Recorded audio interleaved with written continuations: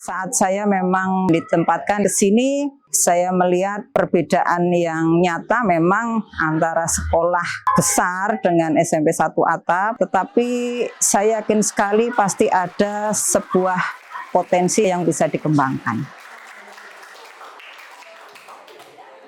Waktu itu masa COVID, kemampuan guru untuk digitalisasi waktu itu memang masih butuh peningkatan. Maka pada waktu itu sekolah berupaya bagaimana untuk peningkatan kompetensi digitalisasi. Setelah masa COVID, kita upayakan untuk anak-anak itu bisa menyesuaikan diri. Memang karakter anak pada waktu itu sedikit berbeda ya, rasa ketakutan, bersosialisasinya kurang, ketergantungan HP juga pada waktu itu menjadi sebuah permasalahan yang harus segera kita selesaikan. Maka pada saat-saat kita bisa bertemu dengan Bapak Ibu Guru, kita memformat kira-kira setelah normal itu ada kegiatan yang bagaimana untuk peningkatan karakter siswa. Maka dari lingkungan sekolah yang dekat dengan tempat pembuangan akhir, kemudian salah satu desa wisata, itu menurut kami adalah potensi. Juga melihat anak-anak di sini dengan semangat yang tinggi untuk keterampilan, kemudian seni, itu menurut saya itu adalah aset yang bisa saya kembangkan dengan melihat adanya TPA itu. Maka bagaimana waktu itu saya berpikir sesuatu yang mungkin dianggap kotor, jelek, itu bisa dimanfaatkan untuk menjadi sesuatu, kemudian lingkungan mungkin bisa menjadi lebih bersih, apalagi di sini itu termasuk desa wisata. Maka kita, Bapak Ibu Guru bersama anak-anak itu memikirkan sebuah nama dan terbentuk nama wisata kuliner edukatif pada waktu itu. Kita orientasinya karena masa COVID harus banyak makan, maka itu wisata kuliner edukatif. Dan menunya itu sempat santap roti dan sempat bakar cimol.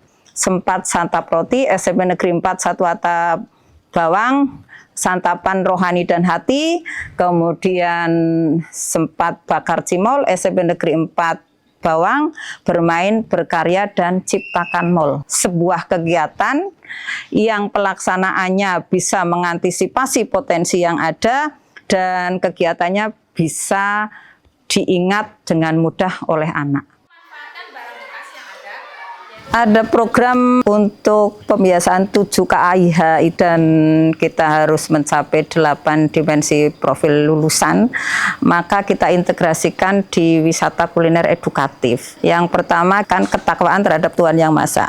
Maka 7 KAIH itu bisa terlihat dari bangun pagi, kemudian beribadah, dan tidur cepat. Ini terlihat dari sempat santap roti. Kemudian dari sempat bakar cimol, itu yang pertama adalah bermain, maka 8 dimensi terlihat itu kolaboratifnya, kemudian 7 KIH itu bisa kita lihat berolahraga dan bermasyarakat. Kemudian berkarya itu 8 dimensi, bisa kita lihat kreativitasnya, kemudian nanti 7 KIH-nya adalah bermasyarakat. Untuk ciptakan mall, maka 8 dimensinya bisa kita lihat itu kewargaan, kemudian untuk 7 KIH-nya bisa kita lihat untuk bermasyarakat. Kemudian dari olahraga, itu 8 dimensinya bisa kita lihat nanti kolaborasinya, dan untuk 7 KIH-nya bisa kita lihat dari pembiasaan bangun pagi, kemudian berolahraga, dan makan sehat bergizi. Kegiatan itu dimulai dari perencanaan yang matang, kita kumpul, kemudian pelaksanaan, kemudian juga harus kita monitoring dan evaluasi, kemudian nanti kalau harus ada perubahan ya kita laksanakan, maka semua lini itu terlibat. Maka baik anak-anak, jelas murid ya, Bapak Ibu Guru, semua warga sekolah, termasuk kita masukkan orang tua dan alumni serta masyarakat. Bahkan pemerintah desa.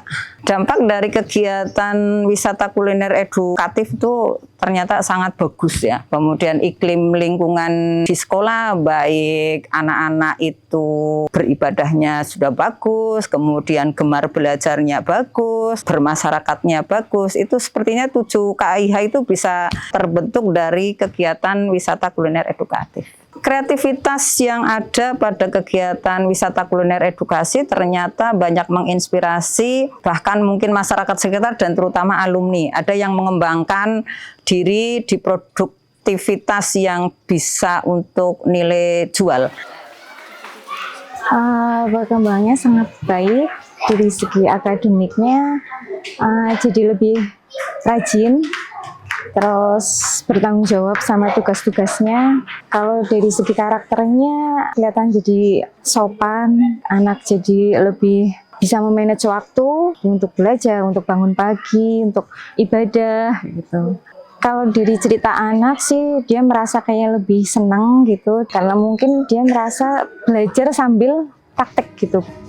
Yang biasanya dilakukan di sekolah tentang terkait 7 kebiasaan anak Indonesia hebat, yaitu beribadah. Biasanya anak-anak melakukan sholat duha dan sholat duhur bersama di musala. Kalau tentang makan bergizi, biasanya anak-anak diminta membawa bekal di hari Kamis berisi makanan 4 sehat 5 sempurna. Kalau tentang bermasyarakat, biasanya anak-anak melakukan kebersihan ataupun melakukan kerja kelompok di sekolah maupun di rumah, itu membuat hiasan-hiasan seperti membuat pot bunga dari pelepah pisang, membuat bunga dari sampah plastik gitu. Dan sebelum kegiatan pembelajaran biasanya membaca di gazebo maupun di perpustakaan. Kalau di gazebo biasanya untuk digital, seperti kita men-scan barcode dan muncullah itu cerita-cerita. Kalau biasanya media cetak, biasanya anak-anak di atas untuk membaca. Kegiatan yang paling berkesan selama saya belajar di SMP Negeri 41 Atap Bawang adalah mengikuti program wisata kuliner edukatif. Salah satunya adalah kegiatan mengolah limbah plastik untuk dijadikan sebuah karya yang indah. Salah satunya adalah bunga. Ya, saya sangat terinspirasi dari program wisata kuliner edukatif karena itu saya membuka usaha bikin bunga dari limbah plastik. Salah satunya adalah kresek bekas.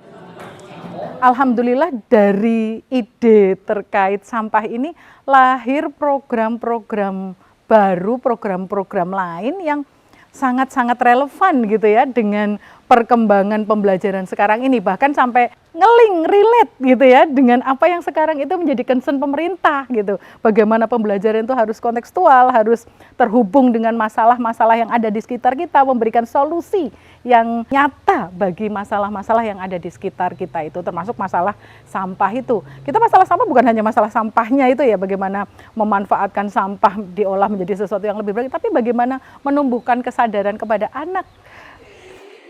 Kalau manfaat untuk sekolah saya juga telah menerima pengimbasan tersebut, bagi sekolah saya sangat bermanfaat. Terus bagi guru itu sendiri juga bermanfaat kegiatan tersebut. Selain guru, siswanya juga karena dalam kegiatan tersebut program 7 kebiasaan anak Indonesia hebat sudah tercover di situ kegiatannya. Terus 8 dimensi profil lulusan juga sudah masuk dalam kegiatan tersebut. Bagus sekali menurut saya dan manfaatnya juga banyak sekali. Saya selaku kepala sekolah